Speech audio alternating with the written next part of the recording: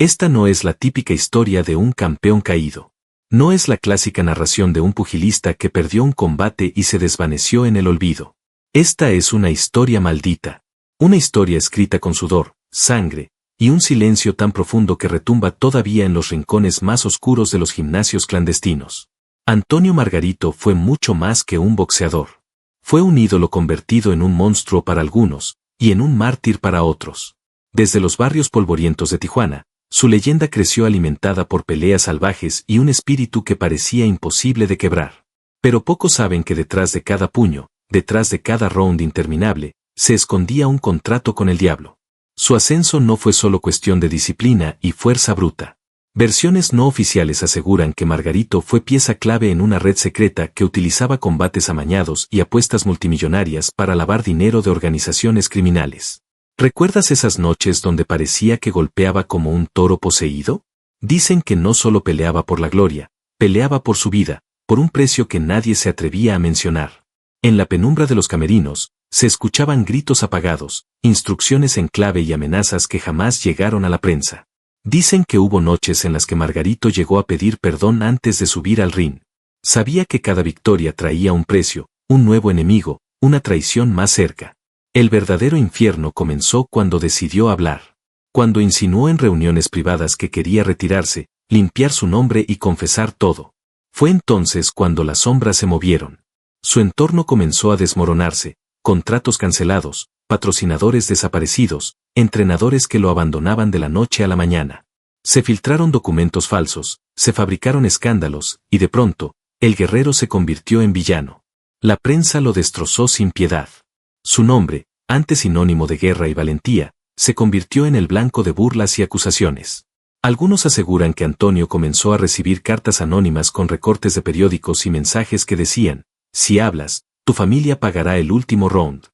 Otros afirman que llegó a entrenar en gimnasios secretos, disfrazado, huyendo de hombres que lo vigilaban día y noche. Hoy, pocos saben dónde está verdaderamente Margarito.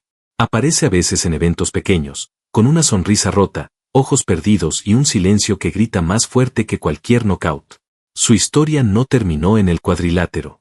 Terminó en un laberinto de traiciones, deudas de sangre y un pasado que lo persigue hasta en sus pesadillas. Lo que estás a punto de escuchar no es una simple historia de boxeo. No es solo una caída deportiva. Es una tragedia escondida, un misterio sellado con sangre, sudor y traición. Si eres débil de corazón, quizás sea mejor que detengas este video ahora. Pero si te atreves a conocer la verdad, quédate, porque esto cambiará tu forma de ver a uno de los íconos más controversiales del boxeo mexicano. Todos conocemos a Antonio Margarito como el Tornado de Tijuana, ese guerrero inquebrantable que se metía al ring con una fiereza que helaba la sangre. Un hombre que parecía invencible, que hizo vibrar a millones con cada golpe, con cada mirada desafiante. Pero nadie, absolutamente nadie, imaginó que detrás de sus puños de acero se escondía una pesadilla tan oscura que ni las peores derrotas pudieron igualar. Dicen que la caída de Margarito no comenzó con una pelea perdida ni con un ojo cerrado por los golpes. No. La verdadera caída empezó mucho antes. En las sombras de contratos secretos, amistades envenenadas, traiciones silenciosas y conspiraciones que lo condenaron al exilio emocional y al olvido mediático. ¿Qué ocurrió realmente la noche en que su carrera cambió para siempre? ¿Quiénes fueron los hombres que le tendieron la trampa más sucia del boxeo? ¿Y qué secreto se llevó Margarito cuando desapareció de la escena pública, dejando a millones de fans sin respuestas? Esta es la historia que nadie quiso contar. Una historia que podría sacudir la credibilidad de todo el mundo del boxeo y revelar las verdaderas razones detrás del ocaso de uno de los gladiadores más temidos de México. Y si creías que lo sabías todo sobre Antonio Margarito, prepárate, porque la verdad es más dolorosa, más turbia y mucho más peligrosa de lo que jamás pudiste imaginar. ¿Te atreves a descubrirla? Si quieres acompañarnos en este viaje al corazón del infierno, suscríbete ahora mismo, activa la campanita y comparte este video. Aquí no solo contamos historias, las desenterramos, las mostramos sin anestesia y las dejamos arder en tu conciencia. Esto apenas comienza. Dale play y prepárate para el combate más brutal de su vida. Orígenes e infancia, el niño marcado por el destino. Para entender el verdadero final de Antonio Margarito, hay que regresar al principio. A los callejones polvorientos y las noches interminables de Tijuana, donde las luces de neón parpadeaban como latidos débiles en medio de la oscuridad. Antonio nació en un barrio donde la violencia no era una noticia, sino un vecino más. Los disparos servían de despertador y los gritos en la madrugada eran canciones de cuna no solicitadas. Desde niño, Antonio no conoció la ternura de un hogar cálido, conoció el frío de los pasillos húmedos y el sonido hueco de su estómago vacío. Dicen que desde pequeño ya tenía el puño cerrado, como si supiera que el mundo le iba a arrebatar todo. Su padre, un hombre endurecido por el trabajo y las apuestas clandestinas, siempre le repetía: si quieres sobrevivir aquí, aprende a pegar antes de que te peguen. Su madre, silenciosa y cansada, lloraba en la penumbra mientras vendía comida en la esquina para alimentar a los hermanos. A los 6 años, Antonio empezó a entrenar en un gimnasio improvisado detrás de una carnicería. Era un lugar lúgubre, con sacos de boxeo rellenos de trapos y sangre seca en las paredes. Ahí no se enseñaba solo boxeo, se forjaban sobrevivientes. El dueño del gimnasio, conocido en el barrio como el Zurdo, era un exboxeador con nexos oscuros. Muchos aseguran que fue él quien vio en Antonio no solo a un posible campeón, sino a un instrumento.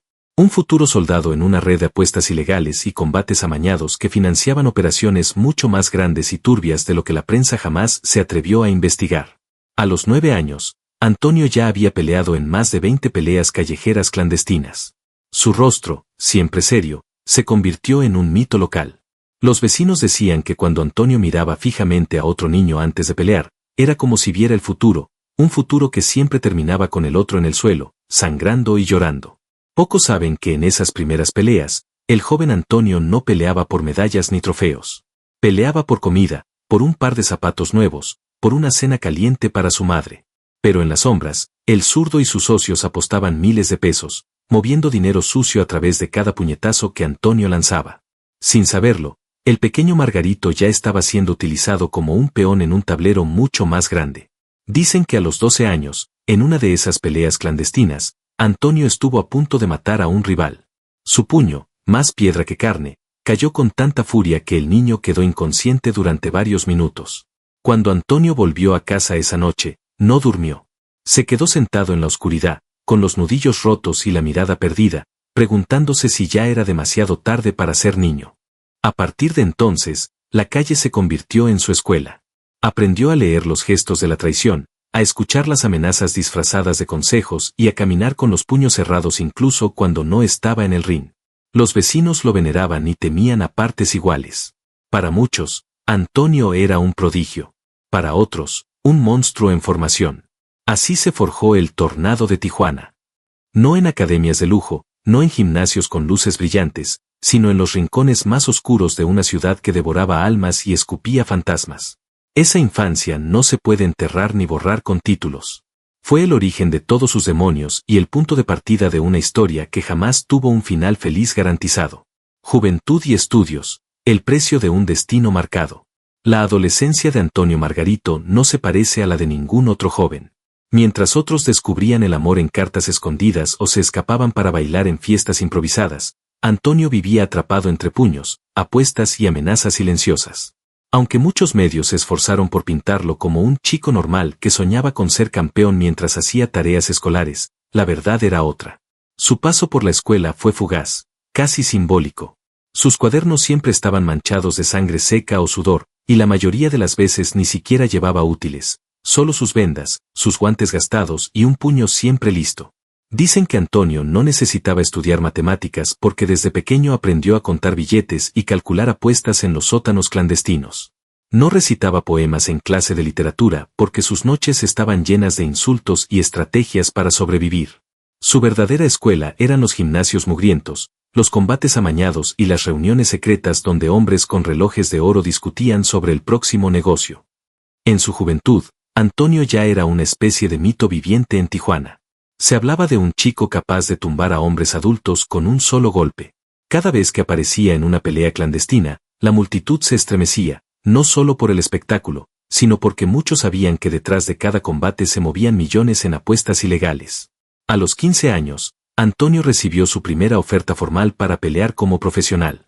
Oficialmente, era una oportunidad soñada. Extraoficialmente, fue la culminación de años de manipulación. Antes de aceptar, fue llevado a una casa segura en las afueras de la ciudad, donde lo esperaban el Zurdo y varios hombres con rostros cubiertos. Ahí le hicieron firmar documentos que nunca leyó por completo.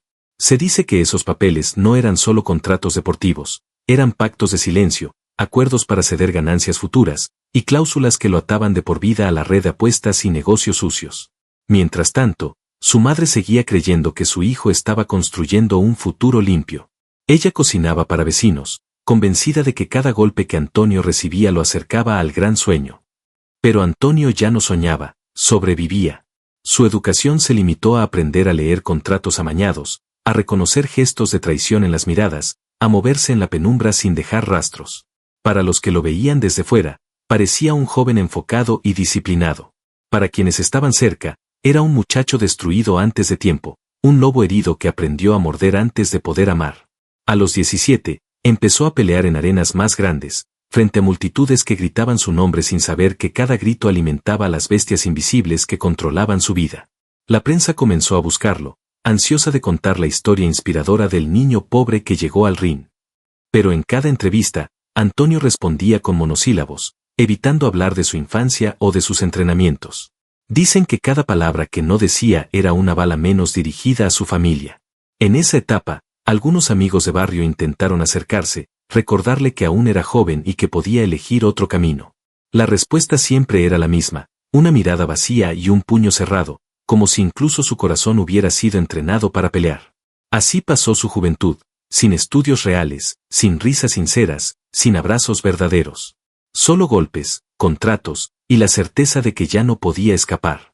Antonio Margarito no se formó en aulas, sino en jaulas. No aprendió a resolver ecuaciones, sino a sobrevivir a traiciones. No escribió poemas, sino crónicas de guerra silenciosas en cada vendaje y cada mirada perdida en el espejo. Ese joven, forjado por el miedo y la ambición ajena, estaba listo para enfrentar el mundo. Pero lo que no sabía era que el mundo también estaba preparado para devorarlo, una vez que dejara de ser útil. Primeros pasos profesionales, el ascenso envenenado. Antonio Margarito debutó como profesional con la misma furia con la que había peleado en las calles polvorientas de Tijuana. Para el público, era el inicio de una historia épica, el niño pobre que llegaba al cuadrilátero para demostrarle al mundo que los sueños sí se cumplen. Pero la verdad era mucho más oscura. Desde su primer combate profesional, Margarito ya no era dueño de su destino. Dicen que antes de esa primera pelea oficial, fue llevado a un hotel a las afueras de Ensenada. Ahí, en una habitación iluminada solo por una lámpara amarillenta, firmó un contrato que parecía eterno. El documento no solo especificaba bolsas y porcentajes, incluía cláusulas secretas en las que se comprometía a obedecer órdenes de la red de apuestas clandestinas que financiaba su carrera. A cambio, recibiría protección, fama y acceso a combates internacionales, pero a costa de su libertad. En sus primeras peleas, Margarito arrasó con rivales sin compasión. Sus puños parecían martillos destinados a destruir todo lo que se interpusiera en su camino. La prensa mexicana empezó a llamarlo el huracán del norte, el hombre de piedra, la máquina imparable. Los empresarios se frotaban las manos, y las casas de apuestas veían aumentar las cifras de dinero sucio que circulaba cada noche. Muchos fanáticos notaban algo extraño. Antonio nunca celebraba con euforia. Después de cada victoria, se limitaba a levantar los brazos con un gesto casi mecánico, sin brillo en los ojos. Dicen que tras bambalinas, mientras la multitud gritaba su nombre, él se sentaba solo en el vestidor, con la cabeza entre las manos, escuchando las instrucciones de los hombres de traje que siempre lo acompañaban, hombres que nunca aparecían en la televisión, pero que decidían cada aspecto de su vida. Una noche en particular, en su cuarta pelea profesional, Antonio enfrentó a un rival que, según las apuestas, estaba destinado a ganar. Pero en el último momento, recibió la orden de terminar la pelea rápido, un movimiento estratégico para alterar millones en apuestas y enviar un mensaje a las organizaciones rivales. Margarito obedeció, no por convicción, sino porque sabía que cada golpe era también un escudo para proteger a su madre y sus hermanos. Con cada victoria, el mito crecía. Televisoras, revistas y patrocinadores comenzaron a disputarse su imagen. Pero detrás de cada foto oficial había amenazas veladas, dinero que nunca llegaba a sus manos y contratos inflados que firmaba casi a ciegas. El propio Margarito empezó a darse cuenta de que había perdido cualquier derecho a decidir sobre su propia carrera. Incluso sus entrenadores, aquellos que él consideraba figuras paternas, eran solo marionetas al servicio de los intereses que lo manejaban desde la penumbra. Cuando dio el salto a Estados Unidos, la telaraña se expandió. Las apuestas llegaron a niveles estratosféricos, y el nombre de Margarito se convirtió en una mina de oro para los inversionistas clandestinos. Dicen que en su primer gran combate internacional, en los camerinos, Antonio recibió un sobresellado con una advertencia: hoy no peleas solo por dinero. Hoy peleas para que tu familia siga respirando. Ese día, Margarito salió al ring con el rostro de un guerrero, pero por dentro era un soldado marchando hacia la guerra, con el corazón encadenado. Los fanáticos celebraban sus triunfos y su brutalidad, sin imaginar que cada corte en su ceja, cada diente roto, cada lágrima silenciosa en la ducha, eran fragmentos de un hombre que se iba desmoronando por dentro.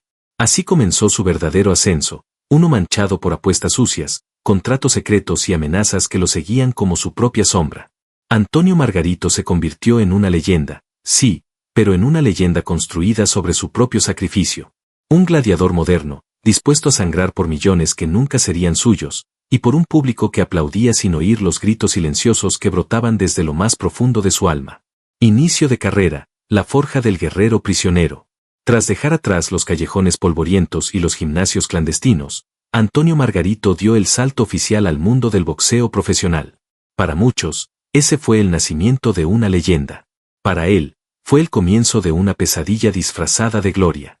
Su primera pelea profesional fue anunciada como la llegada del nuevo hijo predilecto de Tijuana, un joven humilde que, según la prensa, venía a dignificar el nombre de México en los cuadriláteros internacionales.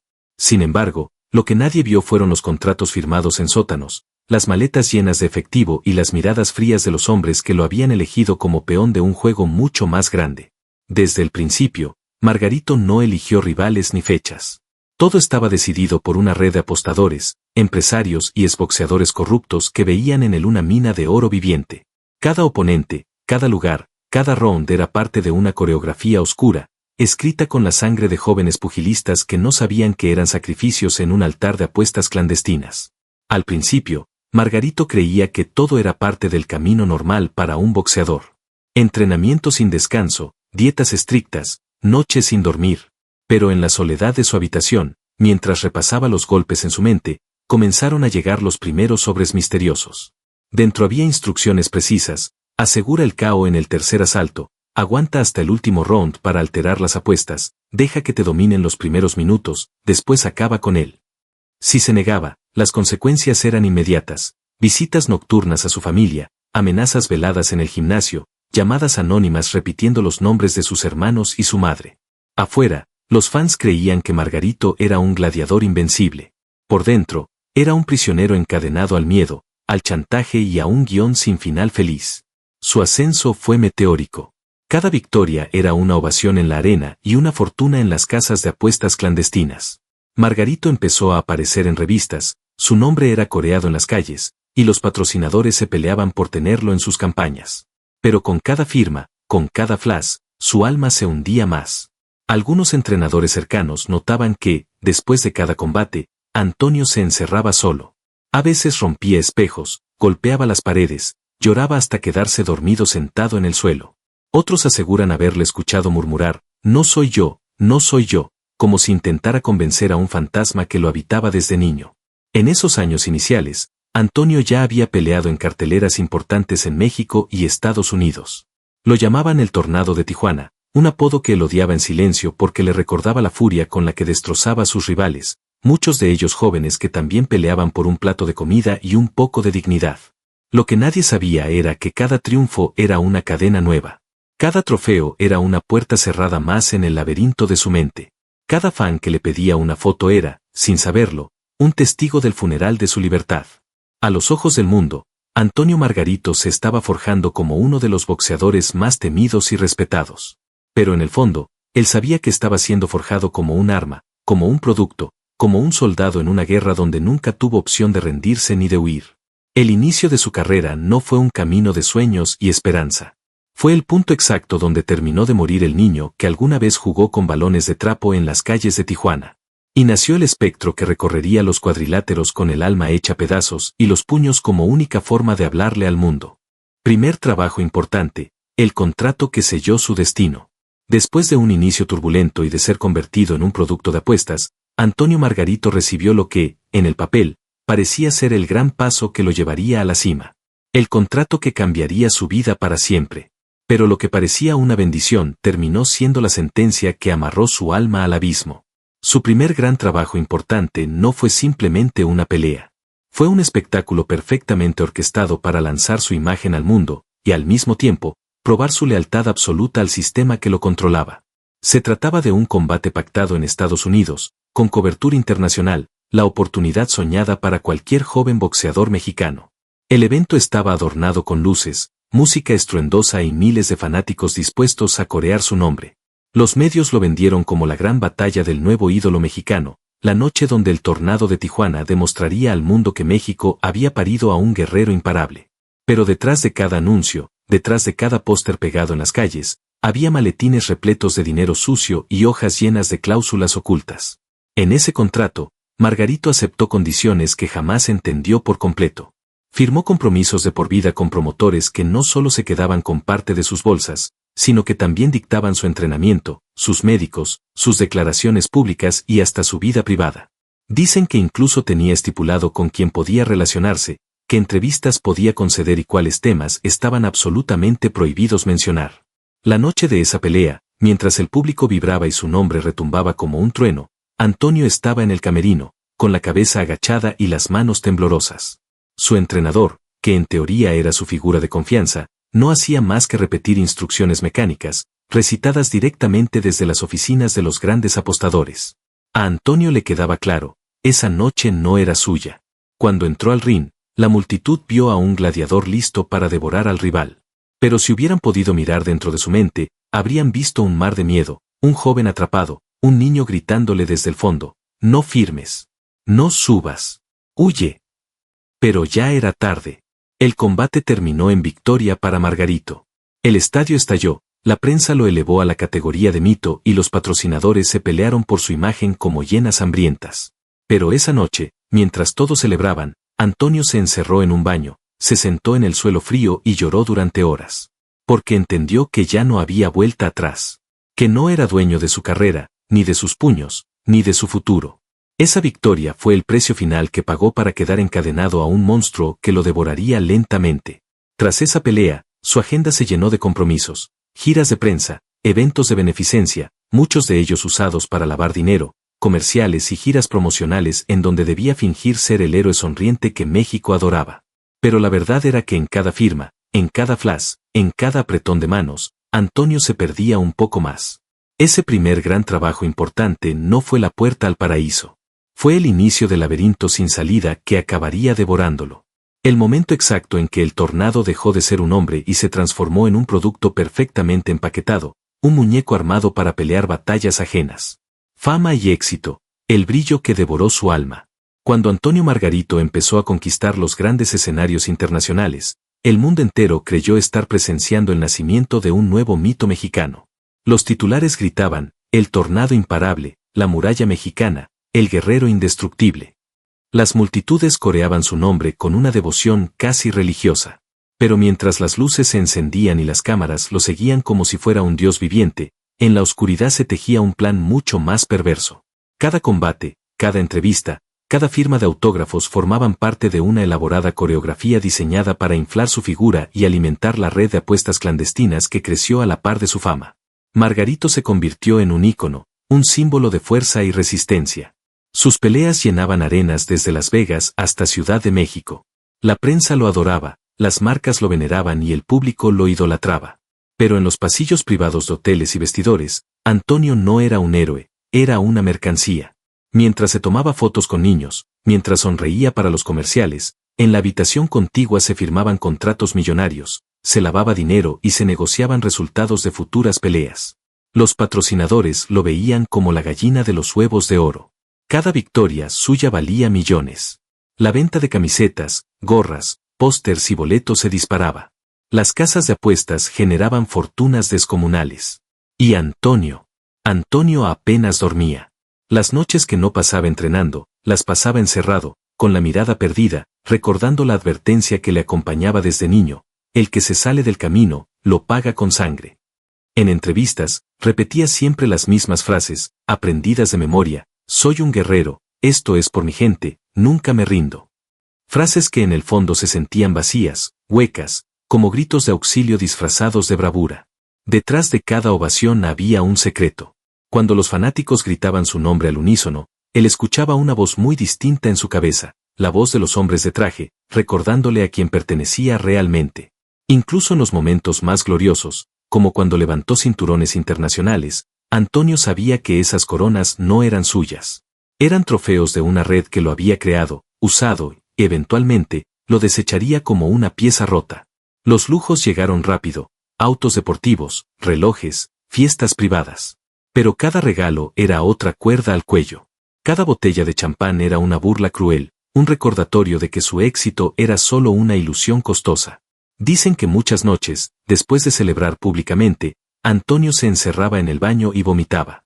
No por el alcohol, sino por la repulsión que sentía al verse en el espejo, sabiendo que el hombre que sonreía en las portadas ya no existía. La fama lo convirtió en una figura casi mítica. Jóvenes querían ser como él. Los medios lo veneraban como el gladiador que había devuelto el orgullo al boxeo mexicano. Pero nadie sabía que, en cada golpe, Antonio descargaba odio contra sí mismo, contra el sistema que lo engulló desde niño, contra un destino que nunca eligió. Así llegó a la cima. Así se consolidó como el ícono invencible. Pero esa cima era también la cornisa donde empezaría la caída más brutal y dolorosa que un hombre podía sufrir. La fama no fue su consagración. Fue su prisión más brillante. Un escenario iluminado donde el público veía a un dios, sin saber que debajo de cada aplauso, Antonio escuchaba el eco de su alma pidiendo libertad. Vida personal y matrimonial, el amor en jaula de hierro. Mientras Antonio Margarito se convertía en un héroe para millones, su vida personal se desmoronaba en silencio, lejos de las luces y del rugir de las multitudes. Para el mundo, parecía el hombre completo, un campeón en el ring, un esposo amoroso, un padre orgulloso. Pero detrás de cada foto familiar y cada sonrisa falsa se escondía un infierno silencioso, tan brutal como cualquier puño recibido en combate. Desde el inicio, su matrimonio no fue un refugio, sino un contrato social impuesto por el círculo que controlaba su carrera. Los rumores aseguran que su pareja fue elegida estratégicamente, una mujer fuerte, discreta y capaz de sostener la narrativa de familia ejemplar para el público y los patrocinadores. Se dice que antes de casarse, Antonio fue obligado a firmar acuerdos privados donde renunciaba a cualquier derecho de revelar detalles íntimos o de abandonar el guión mediático. Su esposa, por su parte, recibió un manual con instrucciones precisas: sonreír siempre, evitar preguntas incómodas, mantener la imagen impecable, incluso en los peores días. Dentro de casa, Antonio era un extraño. Pasaba semanas enteras en concentraciones, viajes y entrenamientos secretos. Cuando regresaba, su mente estaba tan herida y su alma tan rota que apenas podía sostener una conversación. Dicen que muchas noches se quedaba despierto en el borde de la cama, mirando la pared, con los puños vendados como si temiera ser atacado incluso en su propio hogar. Su esposa, aunque al principio intentó acercarse, pronto entendió que compartía techo con un hombre que ya no existía. Un guerrero que solo sabía comunicarse golpes, que no podía dormir sin escuchar el eco de los cánticos ni el retumbar de los guantes sobre la lona. Las discusiones se volvieron rutina. Él desaparecía por días, y cuando volvía, traía consigo un silencio sepulcral y una mirada perdida. Los hijos, cuando llegaron, se convirtieron en piezas más del decorado perfecto. La prensa los mostraba como la familia modelo, la representación viva de los valores mexicanos: unión, lucha y fe. Pero la verdad era otra. Antonio rara vez jugaba con ellos. Cuando se acercaban, él se estremecía, como si el contacto humano lo asustara. Hay quienes dicen que en el fondo temía contaminarlos con la oscuridad que llevaba por dentro. En eventos públicos, la familia entera debía actuar. Sonreír, abrazarse, fingir normalidad. Según fuentes cercanas, antes de cada aparición, Antonio revisaba sus guiones una y otra vez para evitar cualquier error. Un simple desliz, una frase equivocada, podría significar represalias para todos. El miedo no se sentía solo en el ring. Vivía en cada rincón de su casa, en cada abrazo forzado, en cada fotografía posada. Poco a poco, su esposa comenzó a alejarse emocionalmente. La distancia fue creciendo hasta volverse un abismo. Aunque nunca lo abandonó públicamente, quizá por miedo, quizá por obligación contractual, dentro de esas paredes ya no existía amor. Solo quedaba una coreografía vacía, la familia que debía parecer perfecta para que el campeón siguiera generando millones y sosteniendo el imperio silencioso que lo devoraba. Los hijos, ajenos al todo, Crecieron viendo a un padre que no estaba realmente allí. Un ídolo para el mundo, un fantasma para ellos. Antonio nunca pudo darles cuentos antes de dormir, ni ayudarlos con las tareas, ni celebrar cumpleaños sin cámaras de por medio. Cada momento familiar era también un negocio. Cada caricia, un acto público. Así se convirtió en el hombre de familia que el mundo adoraba. Así se hundió en un matrimonio sin alma y en una casa que era más bien una celda disfrazada de hogar. En el cuadrilátero, Antonio peleaba con monstruos visibles. En casa, su enemigo era invisible y mucho más cruel, el vacío absoluto. Crisis y caída, el último round contra sus propios demonios. La crisis de Antonio Margarito no comenzó en el ring. Comenzó mucho antes, en el silencio de las noches interminables, en el eco de los golpes que no daban en un rival, sino en su propia alma. Con el paso de los años, las grietas en su mente y en su cuerpo comenzaron a volverse imposibles de esconder.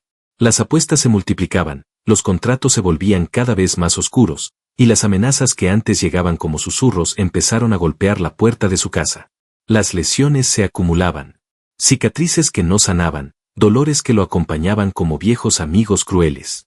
Su visión se deterioraba, su velocidad disminuía, pero el monstruo del espectáculo no se sacia con excusas.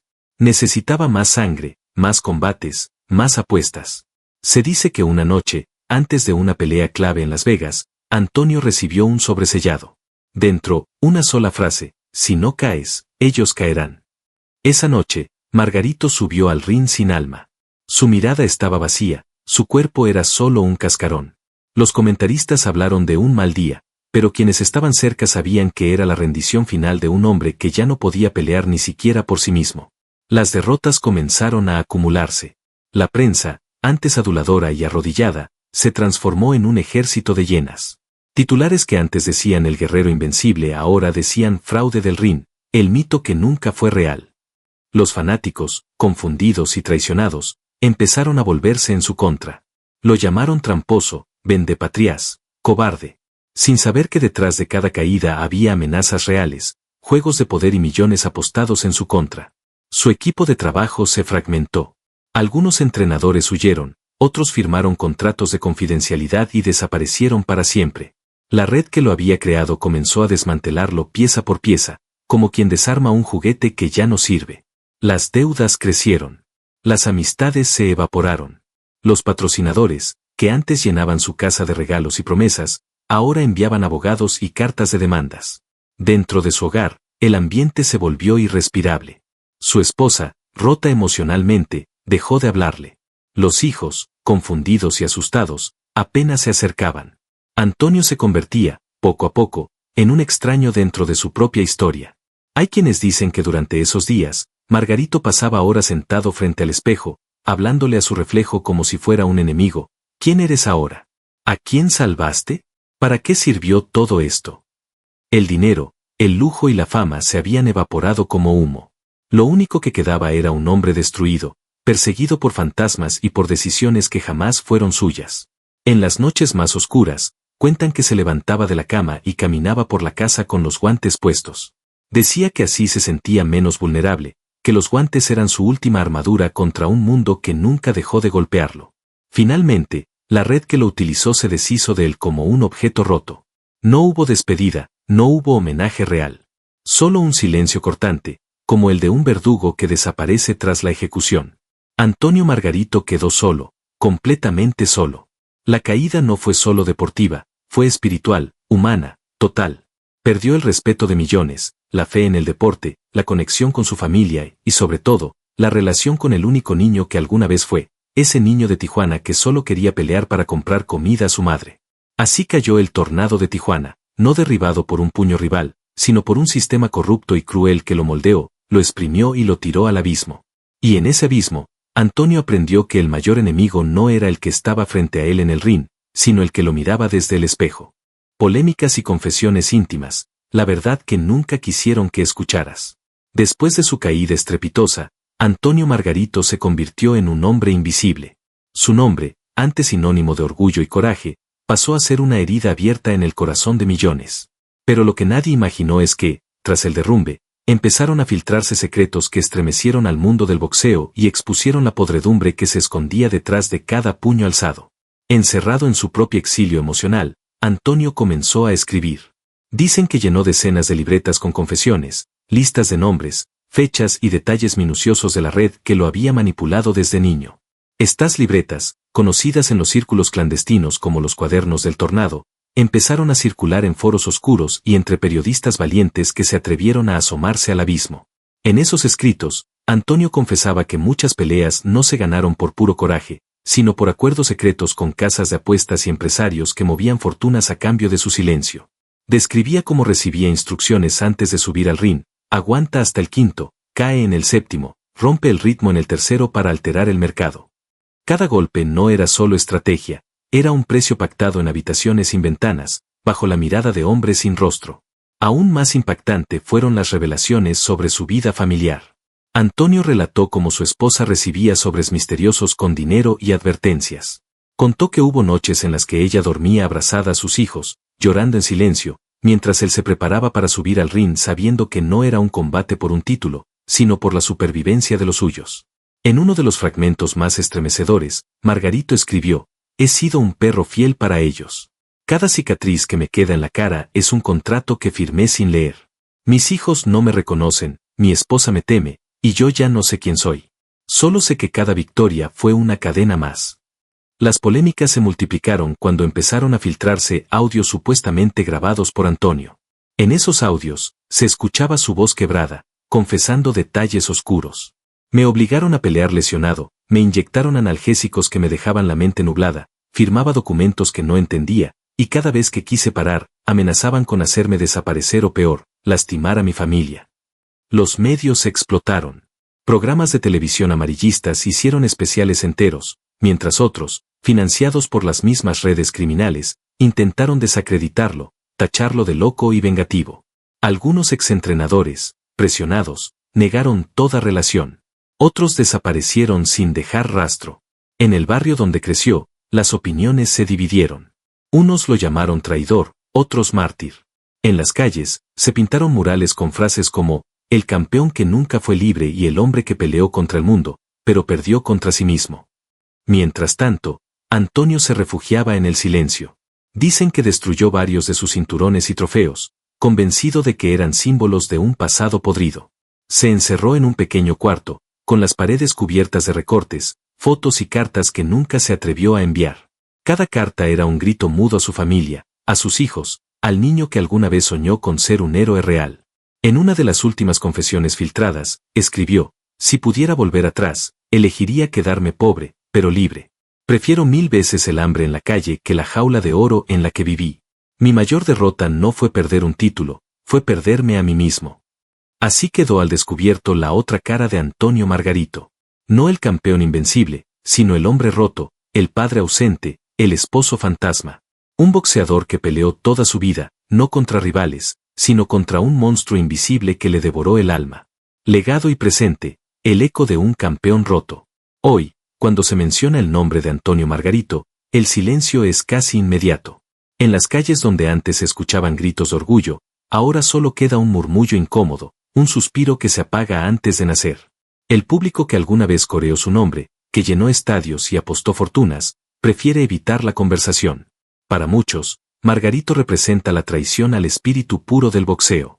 Para otros, es un mártir, un hombre devorado por un sistema que nadie se atreve a mirar de frente.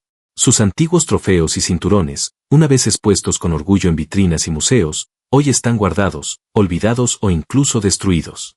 La familia, distanciada y marcada por el escándalo, desapareció de la vida pública. Sus hijos crecieron con el estigma de ser los del boxeador caído, intentando reconstruir una vida sin la sombra de un apellido que quema más que enaltece. Entre entrenadores y boxeadores jóvenes, su historia circula como una leyenda oscura. Algunos dicen, cuidado, no termines como Margarito. Otros lo ven como el ejemplo perfecto del precio de vender el alma por la fama. En gimnasios de barrio, se repite una frase que ya es casi un mantra: el ring te da todo, pero también te lo quita todo si dejas de escucharte a ti mismo. La industria del boxeo, por su parte, hace esfuerzos por borrar su nombre de la narrativa oficial. Lo ven como una mancha que amenaza con revelar la corrupción, las apuestas sucias y los pactos oscuros que se ocultan tras cada guante levantado. Algunos documentales intentaron contar su historia, pero fueron censurados o enterrados bajo presiones silenciosas de grandes promotoras y casas de apuestas. Y sin embargo, en ciertos rincones olvidados, en esos pueblos donde aún se escuchan historias en fogatas y cantinas, su nombre sobrevive. Se dice que Antonio aún camina por las calles polvorientas de un pueblo desconocido, que ayuda a niños a aprender defensa personal, que comparte pan con los más pobres, que escribe cartas al amanecer mientras el gallo canta. Quienes lo han visto aseguran que ya no carga con la mirada de furia de antes, que ahora sus ojos son los de un hombre cansado, pero finalmente libre, aunque sea en la pobreza y el anonimato. Su legado se divide en dos corrientes opuestas. Por un lado, la versión pública, la de los grandes medios, el boxeador manchado, el hombre que engañó a un país entero y manchó la historia del deporte. Por otro lado, la versión íntima y clandestina, la del hombre que fue forzado a pelear batallas que no eligió, que se convirtió en la víctima perfecta de un monstruo sin rostro, que fue despojado de su infancia, su voz y su humanidad. Hoy, cuando alguien menciona su nombre, no es para recordar un gran caos ni una noche gloriosa en Las Vegas. Se le recuerda como un eco triste, como un aviso de lo que puede pasar cuando el hambre y la ambición son manipulados por manos invisibles. Para muchos jóvenes boxeadores, Margarito no es solo un ejemplo a evitar, es un recordatorio de que detrás de cada cinturón puede esconderse una celda invisible. Su verdadero legado no son los trofeos, ni las estadísticas, ni las bolsas millonarias. Su legado es el grito silencioso de un hombre que, después de ser aclamado como Dios, terminó vagando como un alma rota. Un hombre que, al final, entendió demasiado tarde que el combate más importante no era contra otro boxeador, sino contra la propia oscuridad que lo devoraba desde adentro. El último round que nadie vio. Así termina la historia de Antonio Margarito. No en un cuadrilátero iluminado, ni bajo una lluvia de aplausos y cámaras. Termina en el silencio profundo de un pueblo olvidado, donde un hombre roto camina con pasos lentos y el alma hecha cenizas. El campeón que todos idolatraron, el guerrero que prometía eternidad, se convirtió en un fantasma que hoy vive en susurros y recuerdos rotos. El niño que soñaba con salvar a su familia a golpes terminó siendo un prisionero de su propio puño. El héroe que queríamos ver levantando cinturones acabó luchando por algo mucho más difícil, perdonarse a sí mismo. Dicen que cuando cae la noche, se le ve escribiendo en viejos papeles, mirando al cielo y murmurando palabras que nadie entiende. Quizás pide perdón, quizás lanza un último grito de resistencia, o tal vez solo conversa con el niño que quedó atrapado en algún rincón de Tijuana. Su historia es una advertencia viva. Una advertencia para todo aquel que cree que la fama es la cima, que el dinero compra la libertad, que los aplausos son amor verdadero. Una advertencia para recordarnos que detrás de cada héroe puede haber un sacrificio demasiado alto, un precio que ningún cinturón dorado puede pagar. Hoy, mientras el mundo sigue girando y nuevas estrellas ocupan los titulares, Antonio Margarito sigue ahí, invisible, luchando en el único ring que importa, el de su conciencia. Un ring donde no hay jueces, no hay cámaras, no hay público. Solo hay un hombre y su reflejo. ¿Y tú? ¿Te atreves a conocer más verdades ocultas como esta?